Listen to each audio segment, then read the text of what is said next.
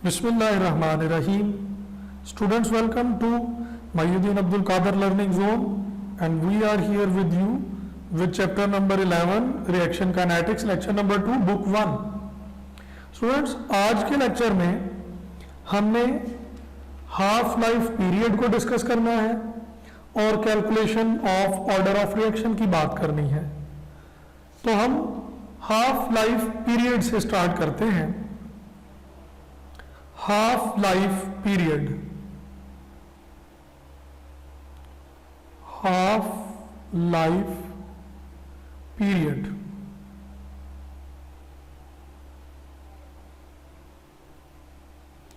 इसको दो तरह से डिस्कस किया जा सकता है।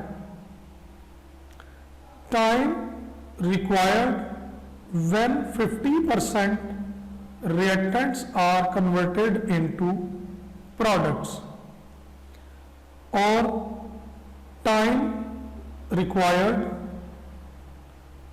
when 50% reactant left।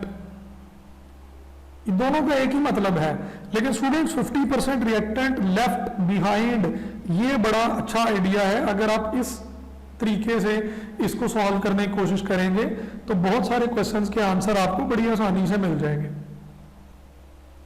50% reactants are converted into products, और स्टूडेंट्स हाफ लाइफ को हम रिप्रेजेंट कैसे करते हैं? T1/2 से हाफ लाइफ। इसके लिए स्टूडेंट्स हम एग्जांपल देखते हैं। We have decomposition of N2O5 into 2N2O5 plus O2 at 45 Celsius. Students अगर ये 100 ग्राम्स है तो बाकी 50 ग्राम बच जाएगा, 50 ग्राम लेफ्ट। या यूं समझ लें 50 gram converted into product, both are same thing. लेकिन मैंने आपको बताया कि अगर आप लेफ्ट के हवाले से देखेंगे तो आपको काफी आसान लगेगा। 50 gram is left behind in 24 minutes, so it's half life is 24 minutes. Students अगर ये 24 मिनट में 50 रह जाता है तो जीरो कितने में होगा? प्रोबेबली यू आर थिंकिंग कि ये 48 मिनट्स में जीरो हो जाएगा। स्टूडेंट्स नहीं होगा। आप इसको देखें, 100 ग्राम पहली हाफ लाइफ में ये 50 हो जाएगा 24 मिनट्स में। स्टूडेंट्स ये बाकी बचा है, ये भी रिएक्टेंट है। अगले 24 मिनट्स के बाद ये 25 ग्राम बचेगा, फिर 24 मिनट्स के बाद ये 12.5 ग्राम बचेगा, फिर 24 मिनट्स के बाद ये 6.25 ग्राम्स बचेगा, एंड सो ऑन। स्टूडेंट्स ये आगे इसी तरह चलता जाएगा। हमने कहा कि रिमेनिंग के लिहाज से देखेंगे तो आपको ये आइडिया बड़ी आसानी से मिल जाएगा। तो ये बहुत दूर जाके खत्म होगा, ये फौरन 50 मिनट्स में खत्म नहीं हो जाएगा। ये आपने आइडिया ले लिया है कि पहली हाफ लाइफ 24 मिनट्स, फिर 24 मिनट्स टोटल 48 हो गए, फिर 24 ये 72 हो गए, एंड सो ऑन, ये आगे चलता जाएगा। तो ये इनिशियल कंसंट्रेशन पे डिपेंड नहीं कर रहा। कंसंट्रेशन 100 थी तब भी 24 है हाफ लाइफ, 25 थी तब भी है, 50 थी तब भी है, मतलब हाफ लाइफ चेंज नहीं हो रही। स्टूडेंट्स आप एक सेकंड एग्जांपल देखें। Disintegration of uranium.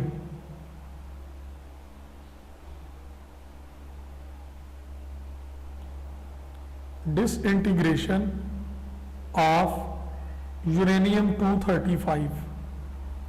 यूरेनियम का एटॉमिक नंबर स्टूडेंट्स 92 है। ये हाफ लाइफ इसकी it is 7.1, 10 raised to power 8 or 710 million years। Students इतनी बड़ी हाफ लाइफ है इसकी। If we have 1 kg, 1 kg means 1000 gram uranium, it would take 710 million years to convert it into product, and 500 grams are left behind. Again 710 million years it remained 225 grams and so on। इसकी भी half life concentration change होने से change नहीं हो रही। तो students ये क्यों चेंज नहीं हो रही, ये हमने आइडिया देखना है कि why it is not changing.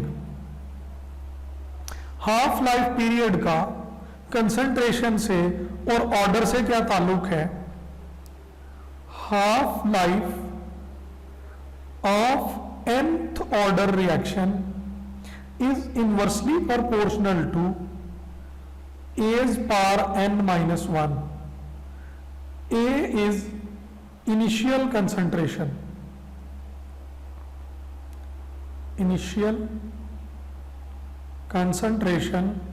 of reactant, यानी इनिशियल कंसंट्रेशन की पावर n-1 कर दें। स्टूडेंट्स n क्या है, n is order of reaction. अगर हम फर्स्ट ऑर्डर की बात करें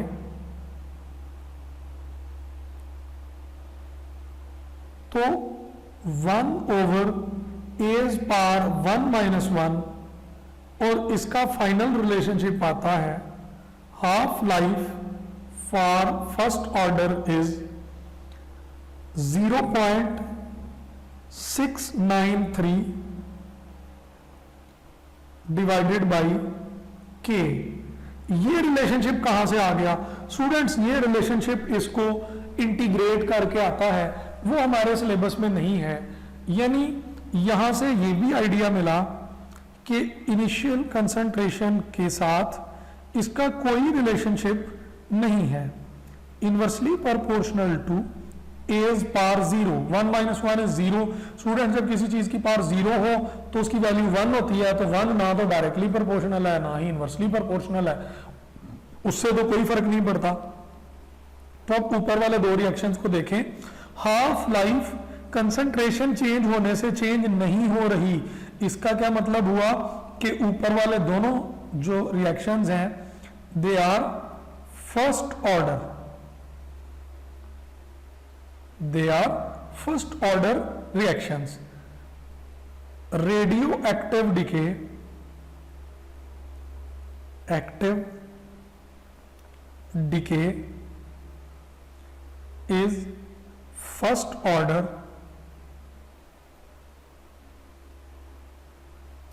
it is actually always first order।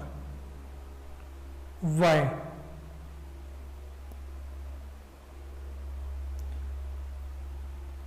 Why it is always first order? तो स्टूडेंट्स इसका आंसर है only one reactant involved in reaction। Students decomposition या रेडियो एक्टिव डिके जो होती है उसमें एक ही रिएक्टेंट इन्वॉल्व होता है, तो कंसंट्रेशन चेंज एक ही के लिहाज से होगी। So it is considered as first order always. कोई भी रेडियो एक्टिव रिएक्शन है दैट इज फर्स्ट ऑर्डर। और यहां पर हमने कहा कि फर्स्ट ऑर्डर में rate of reaction half life concentration, initial concentration of reactant के साथ रिलेटेड नहीं है। इनिशियल कंसंट्रेशन ज्यादा हो या कम हो, हाफ लाइफ को कोई फर्क नहीं पड़ता। Now for half life for second order reaction, it is inversely proportional to 1 over A's power 2 minus 1, तो ये हमें मिला half life for second order is inversely proportional to A's power 1, यानी इनवर्सली प्रोपोर्शनल टू द कंसंट्रेशन, और इसका final relationship मिलता है half life for second order it is 1 over k A. Again इसको सॉल्व करना हमारे सिलेबस में नहीं है, लेकिन ये फाइनल रिलेशनशिप है। Inversely proportional to the initial concentration है। अगर रिएक्शन फर्स्ट ऑर्डर है तो कंसंट्रेशन चेंज होने से हाफ लाइफ को कोई फर्क नहीं पड़ता। अगर सेकेंड ऑर्डर है तो कंसंट्रेशन बढ़ने से हाफ लाइफ कम हो जाएगी, इनवर्सली प्रोपोर्शनल है। और for third order half life of third order reaction is inversely proportional to A's power 3 minus 1, तो ये हुआ half life inversely proportional to second power of initial concentration or square of initial concentration। तो students इसकी final equation क्या आएगी? half life for third order is 1.5 over Ka square, inversely related to the second power or square of initial concentration of reactant। तो ये again inversely proportional है। Students अगर ये कहा जाए कि एक हाइपोथेटिकल रिएक्शन है 50% of first order is complete in 1 hour, 50% remaining need more than 1 hour। Why? Students एक तो सीधी सी बात यह है कि half life of first order is independent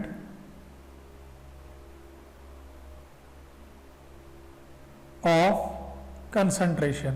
अब ये देखें कि अगर 100 ग्राम थी हमारे पास तो 1 आवर के बाद वो 50 ग्राम रह गई, फिर 1 आवर के बाद वो 25 ग्राम बची, अगेन 1 आवर के बाद कि ये 12.5 and so on.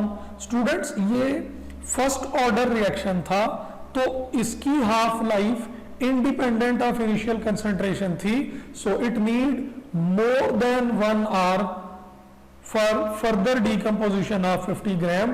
Every time it become half and it use 1 hour और 60 मिनट टाइम। स्टूडेंट्स इसके बाद rate determining step, rate determining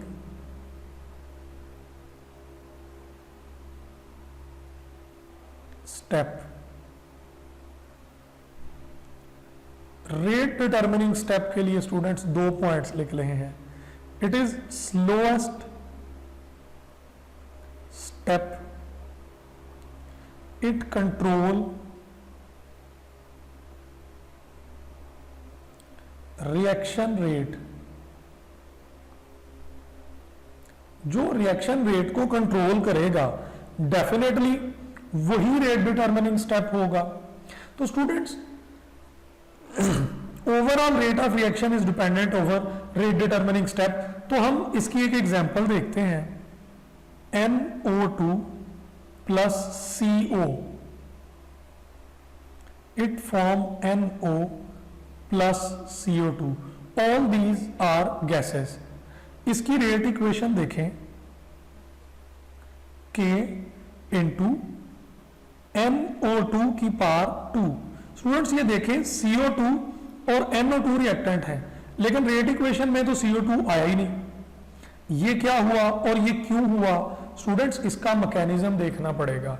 पहले इसका कंप्लीट मैकेनिज्म देखें, इसको प्रैक्टिकली चेक करें, फिर इसका स्लोएस्ट स्टेप फाइंड करें और रेट इक्वेशन स्लोएस्ट स्टेप से लिखी जाती है। तो इसका स्टेप नंबर 1 ये है, NO2 plus NO2 it give NO3 and NO all are gases and this is slowest step. Second is NO3 plus CO, तो ये बन गया NO2 और CO2। स्टूडेंट्स NO2 प्रोडक्ट में भी है, NO2 रिएक्टेंट में भी है, तो ओवरऑल में फिर हम NO3 को कंसिडर नहीं करेंगे। और आप स्लोएस्ट स्टेप देखें, 1 mole of NO2 and again 1 mole of NO2, तो फिर दोनों का 1 + 1 2 करेंगे, तो रेट डिटर्मिनिंग स्टेप में NO2 के 2 मोल्स इन्वॉल्व हैं, ये 2 मॉलिक्यूल्स इन्वॉल्व हैं, इसलिए उसकी पावर को हमने 2 लिखा हुआ है। और फास्ट रिएक्शन में CO इन्वॉल्व है, सो रेट इक्वेशन में हम CO नहीं लिख रहे। जो रेट को कंट्रोल नहीं करता उसको रेट इक्वेशन में भी नहीं लिखा जाता। तो स्टूडेंट्स ये आपको आइडिया मिल गया about the rate determining step.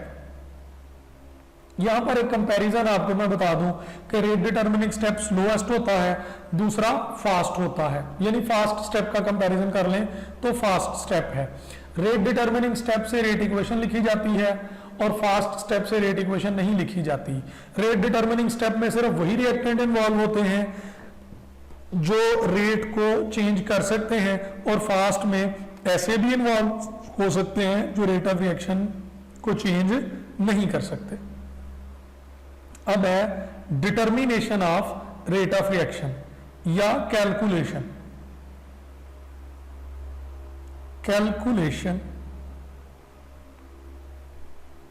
Of rate. Rate of reaction को मैयर कैसे करेंगे? स्टूडेंट्स व्हाट इज रेट, एक दफा रिमाइंड कर लें। It is change of concentration over time taken. तो इसका यूनिट्स क्या होंगे? मोल्स पर डीएम क्यूब पर second. For example we consider decomposition of hydrogen iodide into H2 plus I2।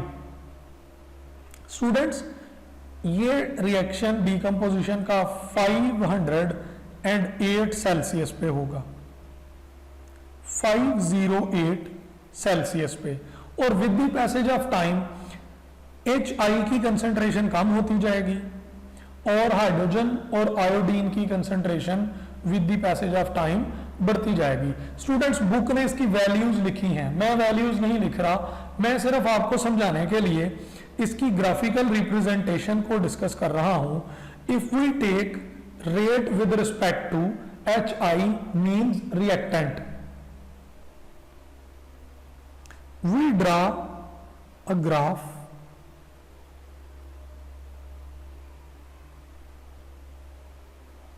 Students X axis पे टाइम टेकन है और वाई एक्सिस पे कंसंट्रेशन है।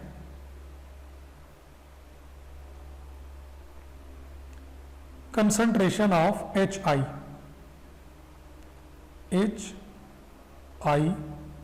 कंसंट्रेशन। स्टूडेंट्स यहां पर हम सपोज्ड लिख देते हैं 0.01, 0.02, 0.03, 0.04, 0.05 और हम यहां पर सेकंड्स लिख देते हैं 10, 20, 30, 40, 50, 60 एंड सो ऑन। स्टूडेंट्स अब हम इसके लिए एक फॉलिंग कर्व ड्रा करते हैं। फॉलिंग कर्व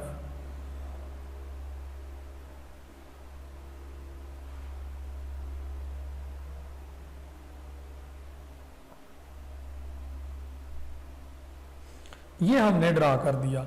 स्टूडेंट्स अब आप इसको ऑब्जर्व करें, when it's time was 10 seconds approximately, it was 0.03। Students जब ये अप्रोक्सीमेटली 20 सेकेंड हुआ तो it's concentration decrease and it become 0.02। जब ये 30 सेकेंड टाइम गुजरा तो इट इज 0.01। इट मींस कि जब टाइम गुजर रहा है तो कंसंट्रेशन कम होती जा रही है। स्टूडेंट्स मैं इसी रिप्रेजेंटेशन को एक दफा से फिर ड्रा करता हूं। इस तरफ टाइम है, दूसरी तरफ HI की कंसंट्रेशन है, यानी with the passage of time concentration of HI is decreasing. और स्टूडेंट्स हम 10, 20, 30, 40, 50 को तो डिस्कस कर रहे थे। 10, 20, 30, 40 एंड 50, लेकिन स्टूडेंट्स हमने 15 को डिस्कस नहीं किया। 15 को तो ग्राफिकल रिप्रेजेंटेशन में आप 15 का टेंजेंट ड्रा कर लें, बिल्कुल उसके सामने ड्रा कर दें जो उधर बना हुआ है, और स्टूडेंट्स उसके टेंजेंट ड्रा कर रहे हैं और उसको ट्रायंगल में कन्वर्ट कर दें। स्टूडेंट्स ये ट्रायंगल छोटी बनाएं या ये ट्रायंगल बड़ी बनाएं, कोई फर्क नहीं पड़ता, इसकी स्लोप सेम ही रहेगी। मैं इससे भी छोटी ट्रायंगल कर देता हूं लाइक दिस। ये आप पिंक, ऑरेंज या ग्रीन कोई भी एक ट्रायंगल ले लें, मैंने जानबूझ के 3 ड्रा कर दी हैं। स्टूडेंट्स ये इसके लिए बेस है, ये इसके लिए परपेंडिकुलर है, और ये जो इसका फेस है ये इसका हाइपोटेनस है, और ये स्लोप भी है। स्टूडेंट्स यहां पर आपको कहता हूं slope is equal to tan theta. And what is tan theta? It is perpendicular over base, perpendicular over base. अगर आप उन दोनों साइड्स की लेंथ को और उन दोनों की वैल्यूज को लगा दें तो आपको स्लोप मिल जाएगी। और student slope is rate, slope is rate of reaction. It means slope is directly proportional to rate. अगर स्लोप कम है तो रेट ऑफ रिएक्शन कम है, और अगर स्लोप ज्यादा है तो रेट ऑफ रिएक्शन भी ज्यादा है। स्टूडेंट्स हम यहां पर ये देखें, इस ग्राफ में स्लोप ये है, इसको आगे लेके जाएं तो यहां पे स्लोप कुछ कम हो रही है, इसको और आगे लेके जाएं तो स्लोप कुछ और भी कम हो रही है। यानी स्टीपनेस ऑफ ग्राफ कम होगी तो स्लोप कम होगी, स्लोप कम होगी तो फाइनली रेट ऑफ रिएक्शन भी कम होगा। स्टूडेंट्स ये है वो मेथड, और इसमें हम एक वैल्यू लगा के सॉल्व करते हैं। Consider slope is equal to perpendicular over base. और स्टूडेंट्स ऊपर वाले ग्राफ में अगर हम वैल्यूज लगा दें, बेस की वैल्यू सपोज करें 110 सेकेंड है, ये बुक में जो वैल्यूज गिवन है या बुक में जो ग्राफ ड्रा किया गया मैंने वहां से ली है। और अगर परपेंडिकुलर यानी चेंज ऑफ कंसंट्रेशन जो है वहां पर 0.027 मोल्स पर डीएम क्यूब है, तो अब उसको आप सॉल्व कर दें। स्टूडेंट्स परपेंडिकुलर टाइम है, परपेंडिकुलर कंसंट्रेशन का एक्सेस है, और बेस टाइम है, तो दोनों की वैल्यूज ले ली। 0.027 डिवाइडेड बाई 110 सेकेंड्स, ये मोल्स पर डीएम क्यूब है। Then finally we get 2.5 10⁻⁻⁻4 moles पर डीएम क्यूब पर सेकेंड। स्टूडेंट्स ये हमने उसके लिए रेट ऑफ रिएक्शन कैलकुलेट कर लिया है। ये मेथड है हमारे पास graphical method to calculate the rate of reaction. Students अब कुछ फिजिकल मेथड्स की बात करते हैं। Physical methods,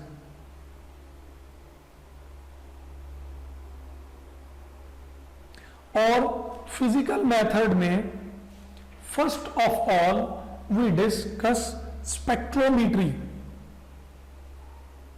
spectrometry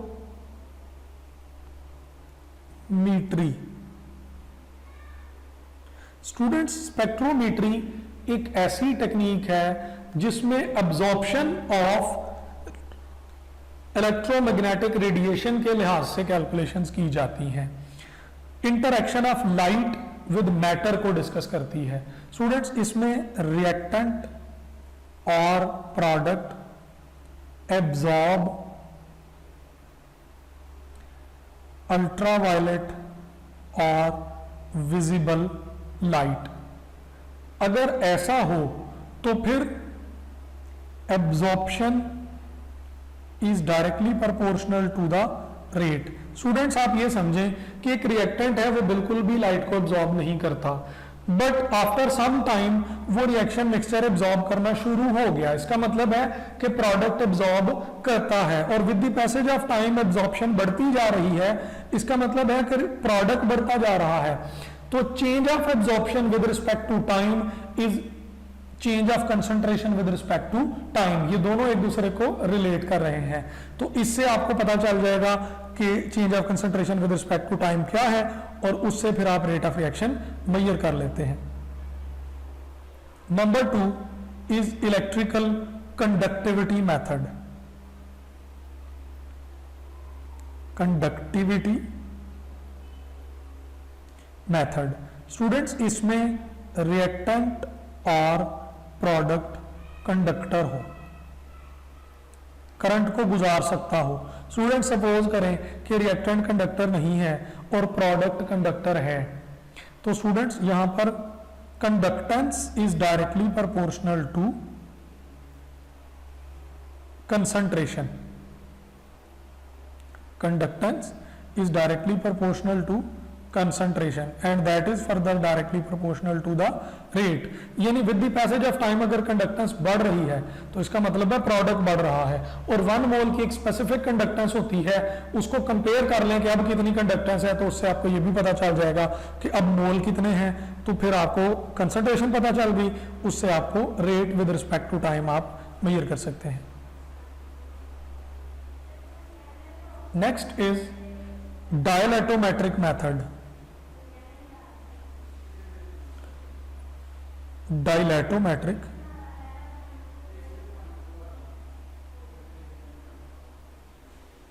डायलेटोमेट्रिक method students इसमें वॉल्यूम चेंज इन्वॉल्व होगी। Volume change students volume is directly proportional to concentration and it is directly proportional to rate अगर concentration with respect to time पता हो। Students अगर प्रेशर कांस्टेंट रखा जाए और temperature को भी कांस्टेंट रखा जाए, टेम्परेचर और प्रेशर को, तो 1 मोल का वॉल्यूम मोलर वॉल्यूम होगा। और स्टूडेंट्स जब गैसेस का मोलर वॉल्यूम आप डिस्कस कर रहे हैं तो उसके वॉल्यूम में चेंज आ रही है तो मोल्स में चेंज आ रही है। तो इस लिहाज से भी आप रेट ऑफ रिएक्शन को मेजर कर सकते हैं। उसके बाद है रिफ्रैक्ट्रोमेट्रिक मेथड। रिफ्रैक्ट्रोमेट्रिक मेथड स्टूडेंट्स रिफ्रैक्ट्रोमेट्रिक मेथड में सॉल्यूशन की रिफ्रैक्टिव इंडेक्सेस को चेंज को ऑब्जर्व किया जाता है। Change refractive indexes or change in refractive index is directly proportional to concentration change and that is directly proportional to rate change. और आखिरी है optical rotation method, optical rotation. Students ये तब अप्लाई कर सकते हैं जिसमें रिएक्टेंट या product rotate plane of polarised light, जो उसके प्लेट को प्लेन ऑफ पोलराइज्ड लाइट को रोटेट कर सके। Students plane of polarised light को रोटेट करने का सिंपलेस्ट मतलब ये है कि उसका एंगल ऑफ रोटेशन को चेंज कर दे। कुछ लाइट को क्लॉकवाइज रोटेट करते हैं और दूसरा लाइट को एंटी क्लॉकवाइज रोटेट करते हैं, यानी रिएक्टेंट या प्रोडक्ट ऑप्टिकली एक्टिव हो, ऑप्टिकली एक्टिव हो। Students rotation of angle is directly proportional to concentration change and that is directly proportional to rate। और आखिरी चीज है पोलैरीमीटर, पोलैरीमीटर।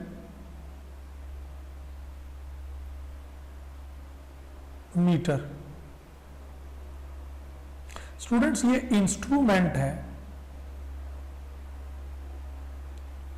जो rotation angle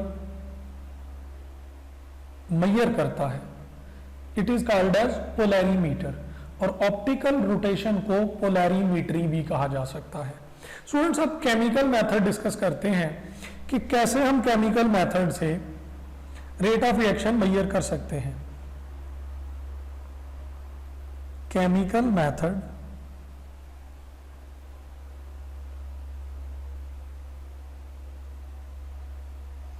for rate।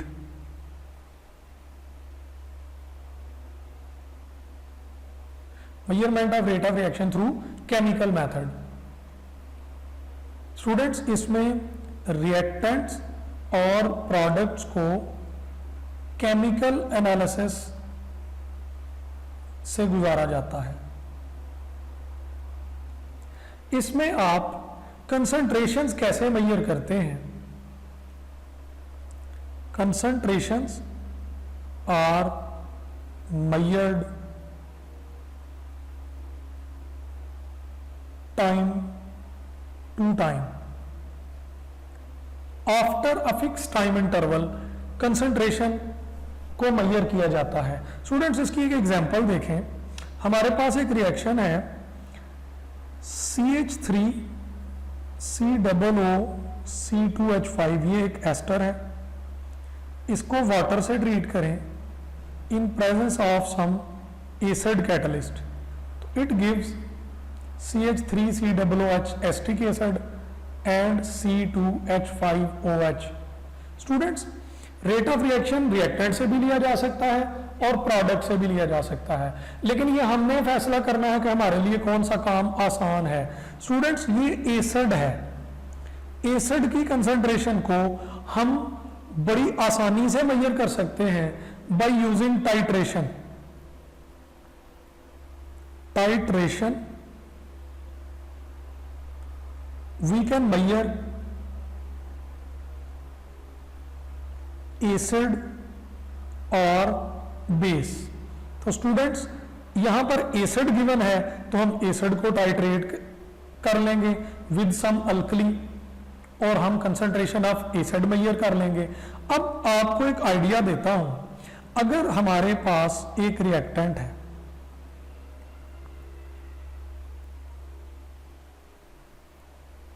Students आपने इसको 5 सेकंड्स के बाद भी चेक करना है, 10 सेकंड्स के बाद भी, 15 सेकंड के बाद भी, 20 सेकंड्स के बाद भी, 25 सेकंड्स के बाद भी एंड सो ऑन। तो 5 सेकंड में आप ये सारी कैलकुलेशन कैसे कर सकते हैं? उतनी देर में तो टाइम ज्यादा हो जाएगा और रेट ऑफ रिएक्शन मेजर करना तो फिर मुमकिन ही नहीं रहेगा उस स्पेसिफिक टाइम पे। तो स्टूडेंट्स इसके लिए हम क्या करेंगे, हम डिफरेंट बीकर्स ले लेंगे। इसमें रिएक्टेंट ले लिया, इसमें रिएक्टेंट ले लिया, तीसरे में रिएक्टेंट ले लिया, या बीकर की जगह आप टेस्ट ट्यूब भी ले सकते हैं, कोई और कंटेनर या फ्लास्क भी ले सकते हैं। A B C D. Students acid को आपने टाइट्रेट करना है तो first of all you need to stop reaction. Stop reaction. हम रिएक्शन को कैसे स्टॉप करेंगे, add 4 time of volume ice cold water. अगर आपने 5 सेकंड पे मेजर करना है तो जब टाइम 5 सेकंड गुजरे तो 4 गुना वॉल्यूम जितना आपने वो मिक्सर लिया था, सपोज आपने 10 ml मिक्सर लिया था तो आप 40 ml आइस कोल्ड वाटर डाल दें। जब आपने 10 सेकंड पे करना है तो फिर आप बी वाले में 40 ml डाल दें, फिर सी वाले में 40 ml डाल दें जो 15 सेकंड पे है, फिर 20 सेकंड वाले में। जब आप ये डालेंगे तो क्या होगा, टेम्परेचर डिक्रीज, रेट डिक्रीज। और स्टूडेंट्स टेम्परेचर डिक्रीज होगा और कंसंट्रेशन वेरी डिल्यूट हो जाएगी, सो रिएक्शन स्टॉप हो जाएगा। जब आप इसका रिएक्शन स्टॉप कर लें तो अब आप ए वाले की भी टाइट्रेशन कर लें, बी वाले की भी टाइट्रेशन कर लें, सी वाले की भी टाइट्रेशन कर लें और डी वाले की भी टाइट्रेशन कर लें, तो ये आपको डिफरेंट टाइम इंटरवल्स पर रिएक्शन रुका हुआ मिलेगा और उसकी कंसंट्रेशन मिलेगी। और स्टूडेंट्स इनकी कंसंट्रेशंस को फिर एक ग्राफिकल रिप्रेजेंटेशन में ले आए।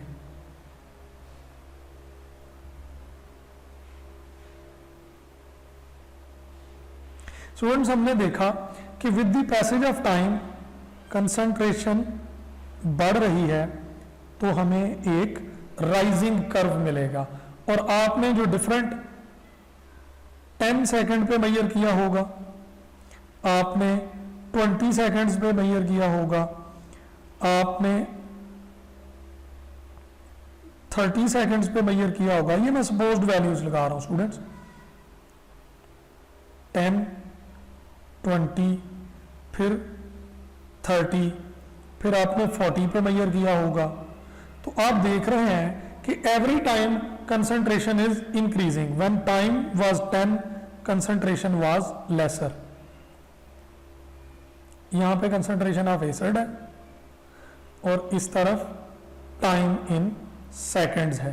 तो students when it was 20 seconds इसकी कंसंट्रेशन बढ़ गई, व्हेन इट वाज 30 सेकंड्स इसकी कंसंट्रेशन और भी बढ़ गई।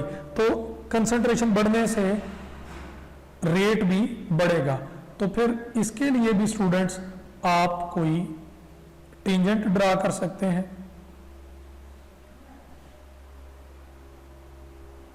ग्राफ लाइक दिस, और आपने कोई in between time period select करें तो आप उसके ऊपर एक टेंजेंट ड्रा करें। और स्टूडेंट्स इस टेंजेंट को आप कन्वर्ट कर लें एक ट्रायंगल में और उस ट्रायंगल की स्लोप मेजर कर लें जैसे हमने पहले मेजर की थी। Slope is directly proportional to rate, actually it is equal to rate of reaction. अब आप कंसंट्रेशन ओवर टाइम कर लें तो आपको यहां पर भी रेट ऑफ रिएक्शन मिल जाएगा। स्टूडेंट्स ये हुआ chemical method to measure the rate of reaction. हमने रेट ऑफ रिएक्शन मेजरमेंट के दोनों मेथड डिस्कस कर लिए हैं।